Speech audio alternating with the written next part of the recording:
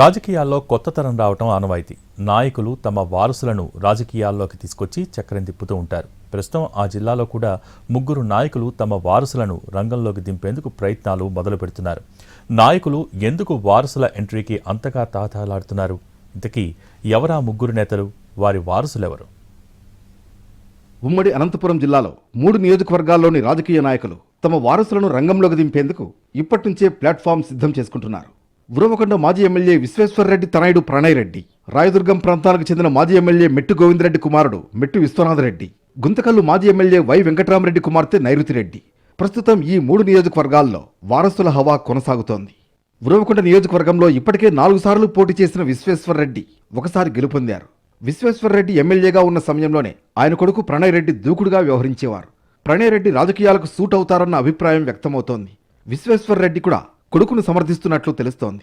Youth వింగ్లోనూ చాలా కీలకంగా ఉన్నారు ప్రణయ్ రెడ్డి. గుంతకల్లు నియోజకవర్గ వైసీపీలో మహిళా నేత నైరుతిరెడ్డి కీలక పాత్ర పోషిస్తున్నారు.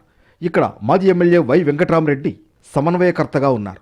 2019 ఎన్నికల్లో భారీ విజయం సాధించిన ఆయన జనంలో మంచి పేరు తెచ్చుకున్నారు. ఆయన కుటుంబం మొదటి నుంచి వైసీపీకి విధేయులు. వై వెంకటరామరెడ్డికి ఇటీవలే హైదరాబాద్లో సర్జరీ జరిగింది. దీంతో నియోజకవర్గంలో పార్టీ బాధ్యతలను ఆయన కుమార్తె నైరుతిరెడ్డి చూస్తున్నారు. వైసీపీ ఏ కార్యక్రమం చేసినా ఆమె ముందుంటున్నారు. వైసీపీ హయాంలో మున్సిపల్ వైస్ చైర్మన్గా కూడా ఎన్నికయ్యారు. ఆ తర్వాత జిల్లా ఉపాధ్యక్షురాలుగా ఉన్నారు. గుంతకల్లులో వైసీపీ నాయకులంతా ఆమె నాయకత్వానికి మద్దతిస్తున్నారు. రాయదుర్గం ప్రాంతానికి చెందిన మాజీ ఎమ్మెల్యే మెట్టు గోవిందరెడ్డికి గత ఎన్నికల్లో టికెట్ ఇచ్చారు. ఎన్నికల్లో ఓటమి తర్వాత ఆయన పెద్దగా యాక్టివ్గా కనిపించడం లేదు. బెంగళూరుకు వెళ్లిపోయారు. అప్పుడప్పుడు రాయదుర్గం వచ్చి తన ఇంట్లోనే అందరికీ అందుబాటులో ఉంటున్నారు. ఇప్పుడు మెట్టు గోవిందరెడ్డి కుమారుడు విశ్వనాథరెడ్డి తెరపైకొచ్చారు. రాయదుర్గంలో పెద్ద ఎత్తున కార్యక్రమాలు నిర్వహిస్తున్నారు.